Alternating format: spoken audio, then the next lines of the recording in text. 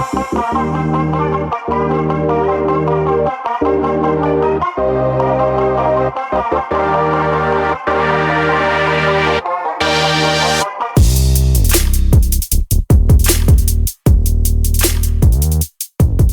you for checking out Real Talk Personal Finance. Shit's about to get real. Cash Flow King with you today. And in today's episode, don't fuck up the Backdoor Roth IRA. That's right. Today is actually Super Bowl Sunday that I'm recording this on February 11th. This episode probably will not come out for at least a couple of weeks, so the Super Bowl will be a little bit behind us by the time many of you are listening to this show. Pretty much all of you are listening to this show. So hopefully everybody has a great Super Bowl Sunday, win some money, enjoy some time with family and friends. I'm trying to get this recorded real quick before we head out. But I don't think I've ever done this before, but I'm going to play an excerpt from another podcast, which, by the way, shout out to Paula Pant and the Afford Anything podcast. It's another personal finance show. I think, generally speaking, is excellent. And I would say over 90% of the time, I am in general agreement with a lot of the responses that are given to the listener questions. However, this time, for this particular question, I think they got it wrong. Very fucking wrong. And I just couldn't help but record a show and give my 2 cents on it. A little bit of background and context on this. If you are not at all familiar with Roth IRAs, this probably is not the show to start with. If you have never heard of or are not at all familiar with a Backdoor Roth IRA, this is probably also not the show to start with. We have a couple of very excellent shows. As a matter of fact, I just re-listened to one of them before recording this one just to see how much detail I needed to go into, and not to put myself on a pedestal, but I think episode 10 is fucking gold on intermediate concepts, Roth IRA intermediate concepts. So the very first show we ever did was on the Roth IRA basics. You can check that out. That show probably needs to be redone, needs a little bit of work. We need to update some of the figures here that we're now a couple years out. But listening back to the Roth IRA intermediate concept show, I think does, especially, it's divided into 3 sections, but specifically section 1 does an excellent job of going over the Backdoor Roth IRA, what it is, how it works, the basics of the pro rata and aggregation rules.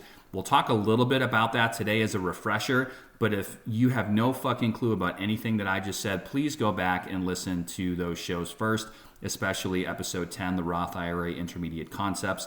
I realize that show is a couple years old, and the limits that were described a couple times in that show are a little bit dated, but all the other information is exactly correct and very much up to date and precise on what you need to know. So this is a show, again, where they take listener questions. We also would love some listener questions. We don't do any marketing for this show, as I've said in the past, so feel free to share the show with a friend, family member, coworker, whomever you'd like to get the word out. But if you or anybody else in your life has any personal finance related questions, we would welcome those, and you can email them to the show at realtalkpersonalfinance@gmail.com. Again, that's realtalkpersonalfinance@gmail.com. And we will be happy to get back with you and hopefully maybe even record an episode or include them in an upcoming episode for you. So this show does a sort of a Q&A, and listeners can call in their questions or send in their questions. Some folks give their names, some folks are anonymous. As I've said before on this show, you're welcome to do either. I actually think it would be entertaining if you made up a code name so we could read that on the show, and that would be pretty cool. Before I play this clip, I just want to set the stage for what you're about to listen to. And so the Backdoor Roth IRA, this again is something for folks that earn quote unquote too much in the eyes of the IRS to make a direct contribution into a Roth IRA. I'm going to read off a couple of figures here for 2024. At the time of this recording, and likely the time that this airs, you will still be able to look at some things for 2023. Those numbers are not going to be reflected here, but just know that you still do have some time for 2023 Roth IRA contributions and Backdoor Roth IRA contributions at the time of this recording, as long as we're before the tax deadline in 2024. We're not going to get into that. I'm just going to start today with 2024 limits and 2024 income ranges to put some numbers to this, okay? So if you make under these thresholds that I'm about to read off based on your filing status, then basically you can turn off, you're welcome to listen to it, but you can turn the episode off and say, fuck it, I just saved however many minutes of my life, because the rest of the show is probably not going to apply to you, at least just yet. For those that are going to be over these limits or within these ranges, you probably want to listen to the rest of today's show. So for 2024, tax year 2024, and these are typically indexed for inflation just about every single year, there are certain phase-out limits that prevent you from making a direct contribution to a Roth IRA. So if you file single or you file head of household and you earn less than $146,000 for your adjusted gross income, your AGI, if your AGI is under $146,000 for tax year 2024, then you don't have to worry about any of this, and the Backdoor Roth IRA will not apply to you. If you're single or head of household, if that's how you file, and your income is above $161,000 adjusted gross income, again, above 161 AGI, you will absolutely want to listen to the rest of today's show, because this will apply to you. And if you're anywhere in between, there are some special ways to calculate. You can essentially do a partial direct contribution. I think that muddies the waters even further. And quite frankly, I personally wouldn't do it. So anything above 146 for single and head of household, I think you need to tune into the show. Anything technically between 146 and 161, there's something else you can do. We're not going to get into that today. Okay, that's the phase out range. Next is if you are married filing jointly, the numbers go up quite a bit and the range gets a little bit tighter. So for married filing jointly, if you have an adjusted gross income below $230,000, again, AGI below $230,000 for married filing jointly, you don't have to worry about today's show. You can make a direct contribution to a Roth IRA and get some time back in your life. If you make above $240,000 of adjusted gross income married filing jointly, again, you'll want to tune into the show. Technically, between $230,000 and $240,000 AGI for married filing jointly is the phase out range. We're not going to get into those calculations today. Once again, if you're over $230,000, I say you need to tune in. So above 146 single head of household for 2024 adjusted gross income, or above 230,000 married filing jointly for 2024 adjusted gross income, this show's for you. If you're below that, your life is a lot easier and you don't have to confuse yourself with anything else we're going to get into. I would consider this at least an intermediate level show in terms of the concepts and what we're going to talk about. So don't feel bad if you have to go back and listen to this again, or if you have to rewind a couple different parts of it, because there are going to be several different moving parts.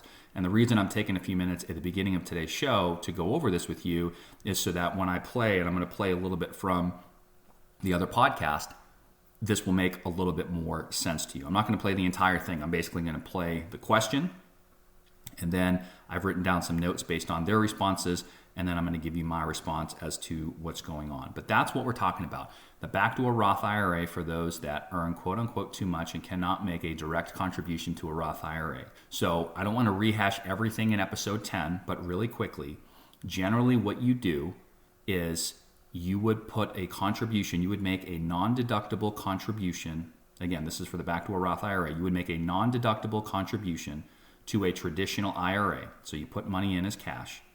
And then at some point in the future, whether it's right then and there or shortly thereafter, preferably, you would convert the funds in that traditional IRA from that non-deductible contribution into your Roth IRA.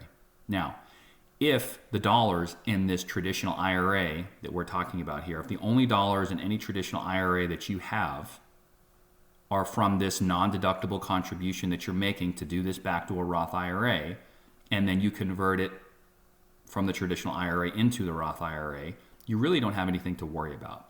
There's no taxes to pay, right? So I'll give you an example. For 2024, for tax year 2024, if I want to do a Backdoor Roth IRA for 2024, I can put $7,000 into a traditional IRA. If asked by the company when I put this contribution in, I am going to tell them it is a non-deductible contribution, so I am not getting any sort of tax break whatsoever when I put that money in. Okay, it's money that's just chilling in the bank or credit union or wherever.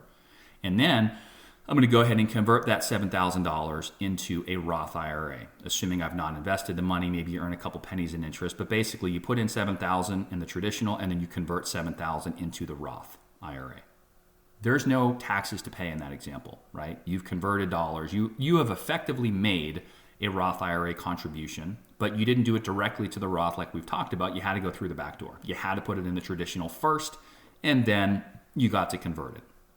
Now, if you do it that way, and you have no other IRAs, no other traditional IRAs, no other rollover IRAs, no simple IRAs, no SEP IRAs, nothing with basically IRA in it, then you are in the clear and you are good to go. The question that we're going to hear from this listener that called into this other podcast is, what happens when you had money from an old employer, let's say it was a 401k, for example, and you left that employer, and then you rolled that money over into a rollover IRA, also known as a traditional IRA.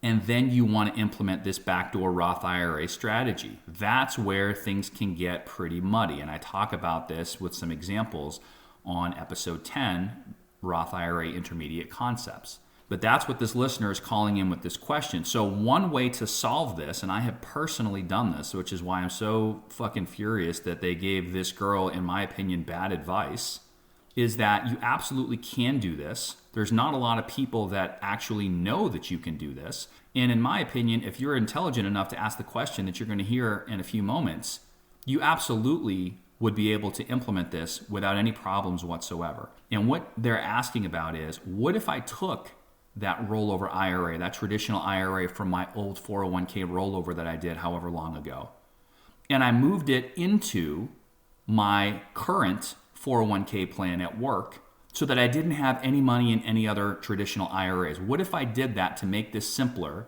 so that I can, in this example, put in my $7,000, convert my $7,000, and pay no taxes? And my answer is, absolutely you can. And more than likely, you probably should, all else being equal. And again, I've personally done this. I talked about this a little bit on episode 10. So the fact that they are giving her advice, if you will, or guidance to not do this, and they've cited several different reasons for this, which I'll get into after I play the clip for you, I, quite frankly, just completely disagree with it. And so one last thing before we get into that clip and my comments afterwards, we're going to do a quick example to show you what this looks like underneath. We'll call it Cash Flow King's method, where if she actually did do this versus if she did not do this. And to keep the numbers round, I'm going to use a similar example to what I did on episode 10, but I'm going to up the numbers or the contribution amount to 2024, which is that $7,000 for the normal contribution. So let's say, again, let's say this person, this girl has, and I don't know, but let's say she has $93,000 in a rollover IRA. All right, she worked somewhere, she had a 401k, she contributed, her employer matched, she built it up, it was pre-tax money, she left there, she rolled it over into a traditional IRA, and it was $93,000. Let's pretend that that money is still in that rollover IRA, that traditional IRA. Now, she makes too much money at this new job, and she wants to put money into a Roth IRA, but she has to do the backdoor Roth IRA. Okay? And let's say for 2024, assume she's under 50, she wants to put in a max contribution of $7,000. So we have a $93,000 traditional IRA or rollover IRA, and then we have a $7,000 contribution that we're making to a traditional IRA that we then want to, in an ideal world, quote unquote, cherry pick and put it into a Roth IRA. Here's what happens. That $7,000 contribution, when you take the $7,000 that she puts in, and the $93,000 is already in that rollover IRA, together, that's $100,000, right? $93,000 plus $7,000, pretty simple. The IRS looks at it as one big-ass IRA, one big-ass traditional IRA. She has $93,000 that's never been taxed from the old job that she rolled over, and now she has $7,000 that was chilling in her bank account that she wants to get into the Roth IRA, but she has to do the backdoor Roth IRA method. So first, that means she has to put that into the traditional IRA. Okay, so now she puts the $7,000 in, and then she goes to, in an ideal world, cherry pick that and move it over into the Roth. And initially she might think, and this person doesn't think that because she's intelligent enough to ask this question, but most people out there think, well, when you do that, Hey, I put $7,000 in as cash. I'm converting that same $7,000 as cash. Who cares if I have a $93,000 rollover IRA with pre-tax money and that's never been taxed before? And the answer is the IRS fucking cares. Okay? So how this would be treated, $7,000 out of $100,000, this $7,000 plus the $93,000 rollover is 7%. Okay? So that means that 7% of that $7,000 she would be able to convert without any tax implications. So in this example, that math comes out to $490. So she has a $93,000 rollover IRA. She puts $7,000 into another traditional IRA and goes to convert it. $490 of that goes over into her Roth IRA tax-free. No issue. However, $6,510, right? 93%. Because remember, we're looking at a total big-ass IRA of $100,000. 93% of it's never been taxed before. So anytime we move money from either one of these into a Roth IRA by way of conversion, 93% of whatever we're moving is going to be taxed. So 93% of $7,000 is $6,510. That portion, even though in an ideal world she would cherry pick it and move it over tax-free, you can't do that. So $6,510 of the $7,000 backdoor Roth IRA contribution becomes taxable, right? And depending on your, federal tax rate and what state you live in and all that kind of stuff, let's just say for the purposes of today, we use an effective rate between federal and state of 25%. Well, 25% of $6,510 is $1,627.50. We're just going to call it $1,627. Fuck it, we'll call it $1,600. So now she has just paid, or will have to pay, $1,600 more in taxes to convert the $7,000 that she's trying to do with the backdoor Roth IRA. And it just doesn't make any sense. So you might be thinking, well, how could she have possibly avoided this? And the answer is, you can take the $93,000 traditional IRA or rollover IRA from the old job that's in the IRA now, okay? And assuming her current employer accepts incoming transfers and rollovers, and again, most companies do, she could move that money into that retirement plan at work. And if she does that, she no longer has a balance in any other traditional IRA, which means when she goes to put the $7,000 in and do this backdoor Roth IRA method, her quote-unquote big-ass IRA is gone. It's just the $7,000 now. There's the $93,000 in a 401k plan. That's no longer an IRA asset, which means she can convert the entire $7,000 and pay no tax. Now, there's several different considerations, right? Again, does the new employer allow for this? Most of them do. So for most of them, it's a non-issue. What are the fees and expenses on that other plan? What does that look like? What do the investment choices look like? Again, all else being equal, assuming you have access to a reasonable plan with low or very low costs, and that company allows the money to come in, which most of them do, I don't see why you wouldn't do this to quote unquote simplify your life. That's one of the reasons they gave, and sorry to jump ahead a little bit, for her not doing this is to try to streamline and simplify things. Well, the reality is, in my opinion, if you leave that $93,000 in the rollover IRA and you go to do this, you're actually complicating things. You're not simplifying things. Yes, you have money in an IRA and in your current 401k, and it might seem counterintuitive or somewhat backwards to take a traditional IRA and move it back into a new 401k, but you can absolutely do it, and this is a perfect example of why. And the answer, in numbers that we just talked about, is roughly, in this example, $1,627 in tax will be saved by doing that because of this pro rata rule, okay? We don't have to worry about that if the money's not in a traditional IRA. That's one reason, a big reason, that you would want to, and why I personally in the past have done this, move traditional IRA assets, rollover IRA assets, into a retirement plan at work. If I need to make a backdoor Roth IRA contribution, and I do this every single year, and I'm never fucking paying any taxes on it because there's no other assets in a traditional IRA, right? Pretty straightforward. So there's a couple other comments that they made, a couple other things that I want to say. I know I drug this out for a bit now. I'm actually going to go ahead and play a little bit of this clip here from the other podcast so that you guys can listen to the question, and then we will resume. Here we go. Final question today comes from Greta. Why Paula, my question is whether it makes sense to roll money from an IRA into a 401k. So, a bit of background, I have a Vanguard IRA that has both Roth and traditional IRAs at Vanguard. This IRA money is money that I rolled from old 401ks into an IRA. However, I now have a 401k with Fidelity that has good low-cost options, and I'm wondering if it would make sense to roll my traditional IRA at Vanguard into my traditional 401k at Fidelity in order to potentially in the future be able to do a backdoor Roth at Vanguard. Currently, with my current employer, I can do a mega backdoor Roth at Fidelity, so I'm not currently needing to do a backdoor Roth at Vanguard.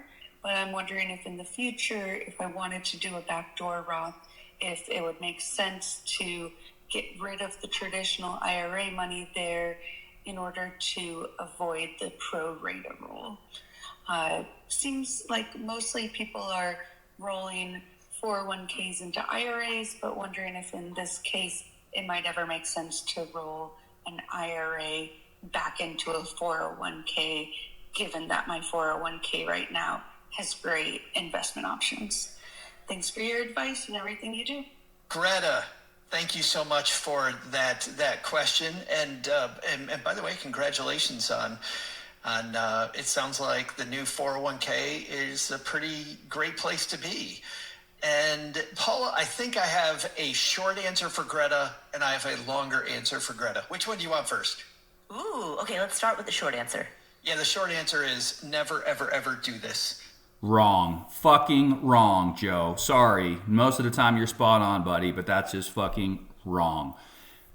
I could go on and on and on. So a couple things. First of all, she briefly mentioned a mega backdoor Roth IRA available at her current employer. Okay, I want you to disregard that for the purposes of this episode. Number one, because it has really no bearing on her question, because her question is about if she wants to utilize this in the future. Number two, they don't even acknowledge it in their responses that they give to her question. And number three, if we were going to talk about that, it would be on an advanced show. We'll consider this intermediate. That would be an advanced show. So just put that to the side, okay? They think that she absolutely should not do this, and I could not disagree more. And so without just playing the rest of that episode, and if you're wanting to listen to it again, overall great podcast. It's called Afford Anything with Paula Pant, and that's Joe Saul-Seahide that's on there. You can check it out. It is episode number 487, and it's the last question that they get into on the show when there's approximately 15 minutes or so left in the show. So if you want to hear the entire thing, you can go check that out. And again, it's a pretty good podcast overall. But this time, this answer to this question, I could not disagree with more. So the first thing, one of the things that you heard the caller say is that she named several different firms, all of whom, Vanguard, Fidelity, so on, are generally excellent for the most part. There's always going to be exceptions to that. And they generally have extremely low-cost options. Again, there's always going to be exceptions. One of the reasons it was given that she may not want to take these IRA funds and move them into the 401k, they talked about if management were to change at the new employer and they went into some sort of a cost-cutting mode, that one of the low-hanging fruit and easy places for them to go would be to make the 401k plan more expensive later. Now, in theory, this is possible. In reality, it is not probable, and I'll tell you why. Number one, just the fact that they have a retirement plan through those discount brokerage firms, generally speaking, in order to do that, you're going to have some scale. And they do acknowledge that, or Joe does a little bit in his response about small versus large organizations. I'm going to go ahead and assume that this is a larger organization. If it's a smaller one, is that theoretically possible? Yes. I still think that it's a little bit far-fetched. If it's a large organization, almost certainly I don't think that it's probable that they're going to do that. But he basically said that if we have new management or even existing management goes into cost-cutting mode, they could make the 401k more expensive later. Okay, well, theoretically, any investment that you have could become more expensive later. They can change the expense ratio. They can change the share class. They can discontinue things. They can do some sort of fund mapping. Like, there's a lot of things that can happen. The reality is, I don't think it's all that relevant to her particular situation, number one. Number two, if she moves money into the 401k plan, typically it's going to be coded as a transfer rollover source, which oftentimes is treated separately from other funds in the plan. So for example, if she's contributing to her current retirement plan at work, her 401k, and she's putting dollars in from her paycheck through payroll, oftentimes that is going to be treated separately and differently from any funds that she may have rolled over or transferred into the plan.